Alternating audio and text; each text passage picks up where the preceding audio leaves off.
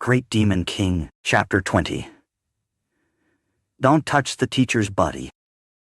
A chilling current swept through the warehouse as soon as the jade box swung open. The temperature plummeted, making Shuo shiver in spite of himself. He refocused, determined to see precisely what lay within the jade box. Inside rested a vivid green sphere. Its surface had a glossy emerald sheen that glinted with subtle sparks of green light. Within its center churned a single red spot, like a drop of blood in restless motion, shifting aimlessly inside the orb. Suddenly, an agonizing jolt tore through Shuo's mind. He felt his mental strength flow into the sphere, much as if he were casting necromantic magic. The orb's green shimmer flared brighter, and the crimson dot in its core flashed a fine streak of scarlet light. Then came pure pain, like a blade slicing into his skull, shredding his mind. He could barely cling to consciousness, yet strangely, rather than black out, his perception seemed sharper than ever. That intensity only magnified the torment, turning it into a horrifying razor-edged ordeal. Shuo clawed at his own head,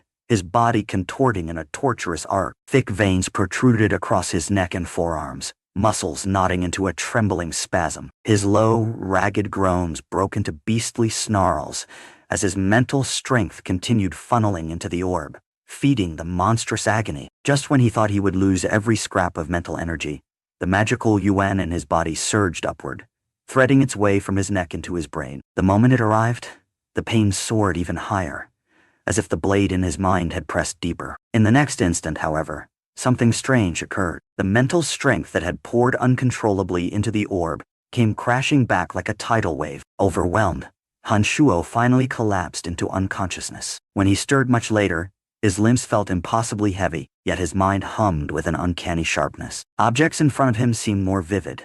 Even the wooden door's grain stood out in remarkable detail. Testing his senses with mild curiosity, he concentrated, noticing that his mental strength felt profoundly stronger than before. It reminded him of a previous fateful occasion when his power had jumped after certain coincidences. He glanced again at the dark green sphere sitting in the open box. Its glow seemed slightly dimmer, but the red spot inside blazed with renewed vibrancy. Shuo frowned, moving a step back. The more he studied the orb, the more it resembled an eye, one with a blood-red pupil that stared at him, setting his nerves on edge. Alarmed, he hastily snapped the jade box shut, the key popping out as the latch clicked back into place. Still shaken, Shuo reflected that if not for his magical yuan, that unholy orb might have siphoned his mind dry, leaving him truly mad. With a wary heart, he slid the locked box under his bed once more, resolved not to tamper with it until he had some inkling of its nature. The next morning he awoke in better spirits than expected. On his way to wash up,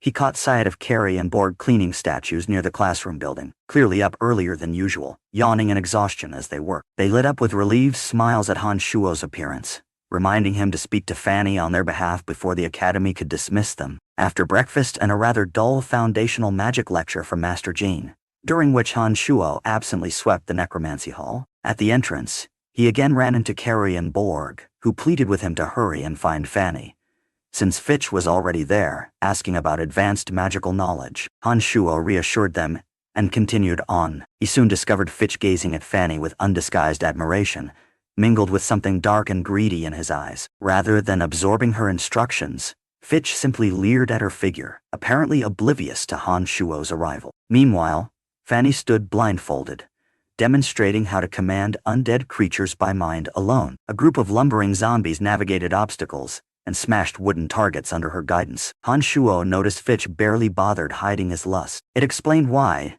despite Fitch being a journeyman mage, he had failed multiple attempts to advance further. His mind was evidently elsewhere. The setting looked like a private tutoring session, but Fanny had no idea Fitch's attention was firmly on her body. Navigating past several scattered obstacles, Shuo almost drew close enough to address Fanny. Fitch abruptly returned to his senses, noticed the intruder and curled his lip in disgust. Before Shuo could speak, Fitch whispered a rapid incantation, tapping his staff. The debris on the ground, including broken bones and lengths of rope, sprang into motion. They slithered across the floor, lashing toward Shuo's legs to trip him, tangling around him like coiling snakes. Shuo, still feeling the after effects of the previous night's ordeal, stumbled. His attempts to dodge became clumsy as he flailed around the tightening ropes and surging bones. One final snare yanked him off balance, pitching him forward in a desperate dive toward Fitch and Fanny. Fanny, completely focused on her demonstration, remained blindfolded, narrating each step of the magic. She heard the noise but simply assumed it was part of Fitch's own practice. Eyes widening,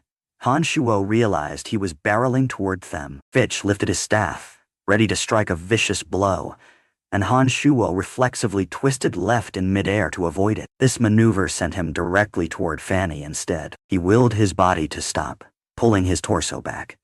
Yet his right arm continued its uncontrollable trajectory, striking Fanny's rear end with a firm, unmistakable grasp. A jolt of shock ran up Han Shuo's spine. The sensation was unbearably soft and warm beneath his hand, and before he even registered the moment, he reflexively gave a slight pinch.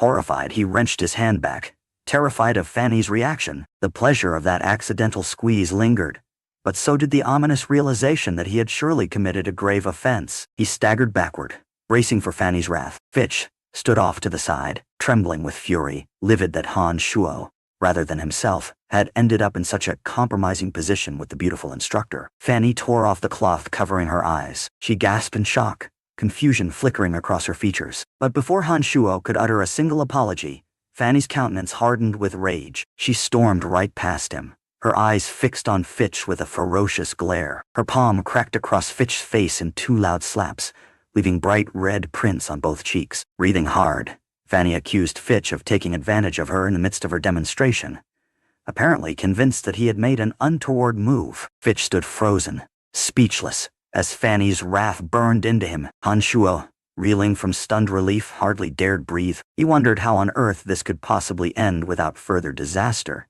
But for the moment, it seemed Fanny's rage had found a target quite different from the one who had actually groped her.